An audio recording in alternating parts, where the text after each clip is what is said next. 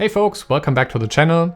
So, learning Japanese is an incredible journey, but let's be real here. It can be quite overwhelming and frustrating at times. And this is commonly where we're trying to optimize our learning approach. We're tinkering with switching out methods, trying out new apps, or just simply trying to study harder, which is all good and these are all important things to do, but I don't think that's the whole story really. So what if I told you that the key to learning Japanese isn't just about your methods, your study time, or the materials that you're using?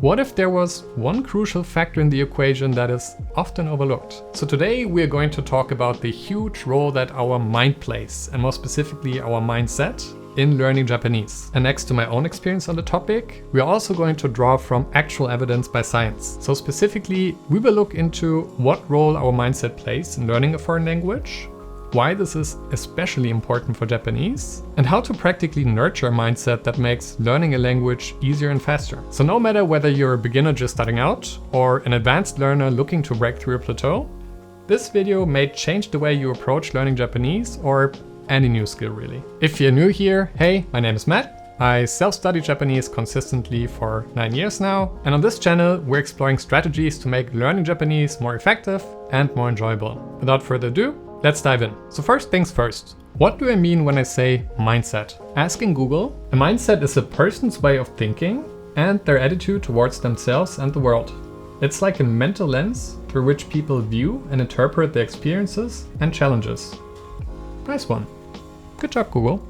But the important part is this. There are actually two types or two categories of mindset. And every person tends to fall into one of these two categories. Either a fixed mindset or a growth mindset. So a fixed mindset is the belief that your abilities are static, that you either have a talent for something or you don't. People with a fixed mindset have a tendency to avoid challenges and give up easily, and they are usually more focused on the outcomes than the actual journey. On the other hand, a growth mindset embraces the idea that you can develop your skills if you just try hard enough. And people from that group tend to thrive on challenges rather than avoiding them. And they view a journey filled with struggle and failure as a path to actual mastery. So to put it simply, someone with a fixed mindset might say, I'm just not good at learning languages, while someone with a growth mindset would think, I may struggle now, but with practice, I can improve. And research suggests that this difference in mindset has a huge impact on our ability to actually learn a foreign language. So let's talk science for a minute.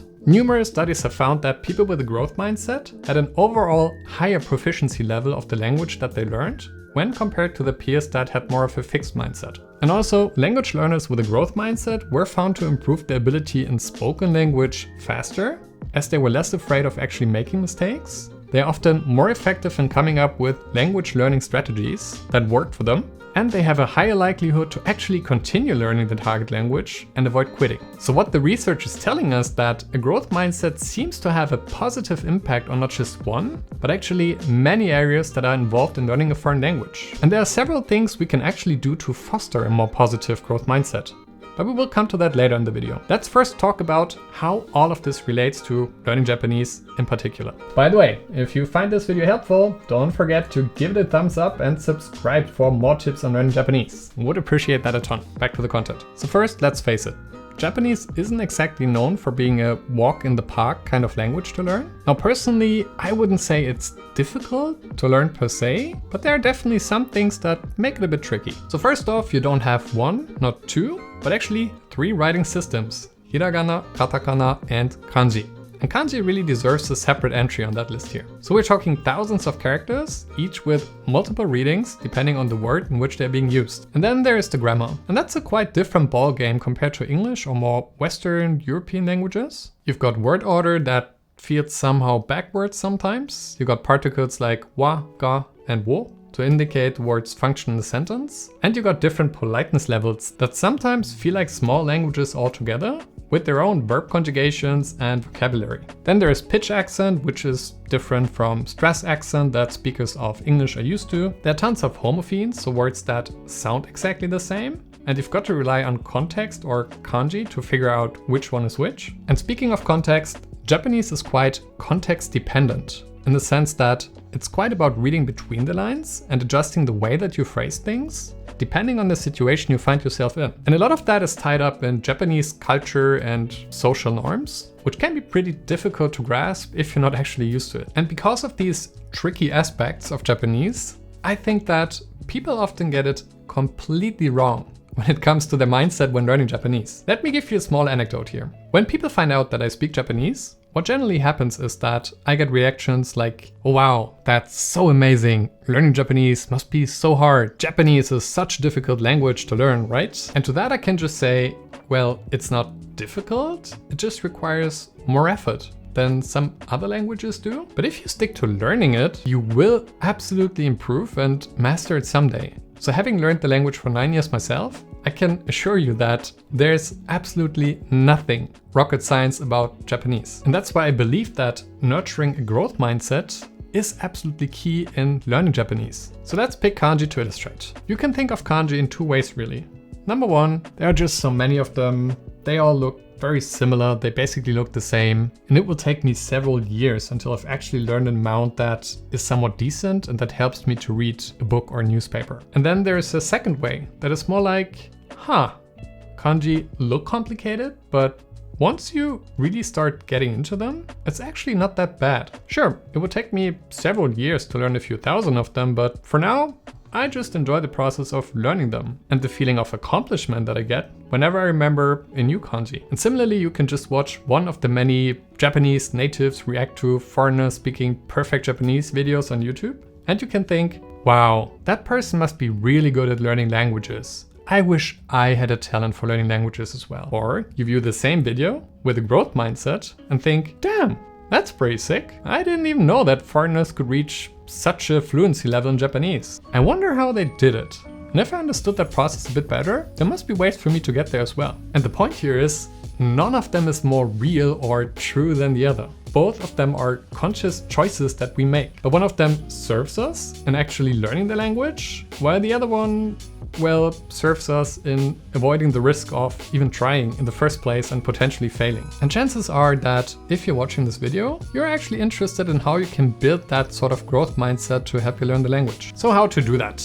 Good news first, we are not born with a mindset. It is something that we build over time and that we actually have control over. So if you feel that you tend to lean more towards a fixed mindset, there are certain strategies and methods to help you get out of that. So here are a few practical tips that help me as well. The first one is reframe your thinking. And this is the overall theme really. So what I try to do is download an update to my brain. So whenever I realized that I felt frustrated or overwhelmed with any aspect of Japanese really, I stopped seeing those things as problems or my lack of talent or ability. Instead, I tried to think of them as solvable challenges, because that's what Japanese really is. It's a bunch of challenges or puzzles that will align eventually and make sense if you just keep going. To be honest, I think that we're actually lucky that learning Japanese takes some time and effort. If there was a chip that you could just plug into your brain and unlock full Japanese fluency, at least for me, Japanese would lose a lot of its appeal really. It's actually the process of unlocking the language bit by bit that makes the whole journey worthwhile, I think. The second tip may sound fluffy, but for me, it really works. So let me explain.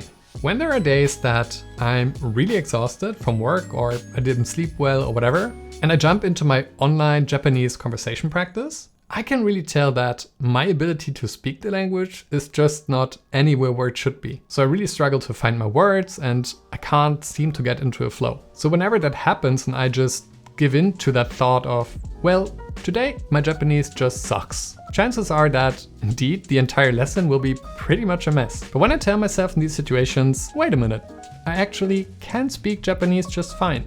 This is actually easy. It sort of pulls me out of that hole, and more often than not, I'll actually recover and turn things around. And of course, sometimes I don't really. And the entire lesson is just a hot mess. But that's just life. So the point here is, give yourself some good old positive self-affirmations when you find yourself struggling. And if you're not into that kind of thing, at least try avoiding negative self-talk and giving yourself a hard time, because that really doesn't serve you. And the next tip is probably the most important one on the list. Stop seeing mistakes as something that is bad. If you've done that so far, here's your wake-up call. Making mistakes is a natural part of the language learning process. You cannot avoid them. If you don't make mistakes, you're either stuck at a level that is way too easy for you, or you are not actually acquiring the language, but just repeating stuff that you learned or remembered at some point. So whenever you make mistakes from now on, just see them as a marker for potential improvement opportunity. And I can tell you, the phrases, words, or grammar points that I've used incorrectly and had corrected by a native speaker are actually the ones that stick with me the most. So the more you practice and experiment with the language, the more mistakes you'll make. But these mistakes and the corrections that follow are actually your fastest path to mastering Japanese, I think. But of course, mindset is just half of the equation really, and the other one is using an effective approach, including methods to learn Japanese. So you may want to check out this one up here next. It's a full beginner's guide on how to learn Japanese with an immersion-based approach. So I see you in the next one. Bye now.